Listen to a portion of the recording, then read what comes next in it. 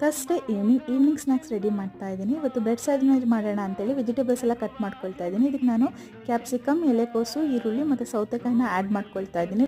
ರುಚಿಗೆ ತಕ್ಕಷ್ಟು ಉಪ್ಪು, 1 ಸ್ಪೂನ್ ಟೊಮೊಟೊ ಕೆಚಪ್ ಹಾಗೂ 1 ಸ್ಪೂನು ಮೈನಸ್ ಆ್ಯಡ್ ಮಾಡ್ಕೊಳ್ತಾ ಇದ್ದೀನಿ. 1 ಸ್ಪೂನ್ ಸಾಲಿಲ್ಲ ಅಂತ ಇನ್ನೊಂದು ಸ್ಪೂನ್ ಆ್ಯಡ್ ಮಾಡ್ಕೊಳ್ತಾ ಇದ್ದೀನಿ. ಹೊರಗೇನ ಆಪ್ಷನಲ್, ಬೇಕು ಅಂದರೆ ಹಾಕ್ಕೋಬೋದು.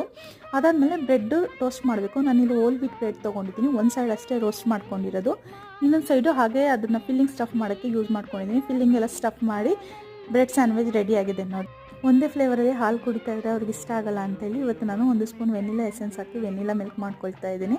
ಅವನು ಈ ಹಾಲನ್ನ ತುಂಬ ಇಷ್ಟಪಟ್ಟು ಕುಡಿತಾನೆ. ಸೊ ಒಂದೊಂದು ದಿನ ಒಂದೊಂದು ಫ್ಲೇವರಲ್ಲಿ ಕೊಟ್ಟರೆ ಸ್ವಲ್ಪ ಕುಡಿತಾರೆ ಅಂತ ಹೇಳಿ ಅವರಿಗೆ ಡ್ಯಾನ್ಸ್ ಕ್ಲಾಸಿಗೆ ಡ್ರಾಪ್ ಮಾಡಿಬಂದು ಸ್ವಲ್ಪ ಫಿಲ್ಟರ್ ಕಾಫಿ ಮಾಡ್ಕೊಳ್ತಾ ಇದ್ದೀನಿ. ಕಾಫಿ ಪುಡಿ ಜೊತೆಗೆ ಸ್ವಲ್ಪ ಶುಗರ್ ಹಾಕ್ಕೊಂಡ್ರೆ ಡಿಕಾಕ್ಷನ್ ಚೆನ್ನಾಗಿರುತ್ತೆ ಅಂತ ಹೇಳಿ.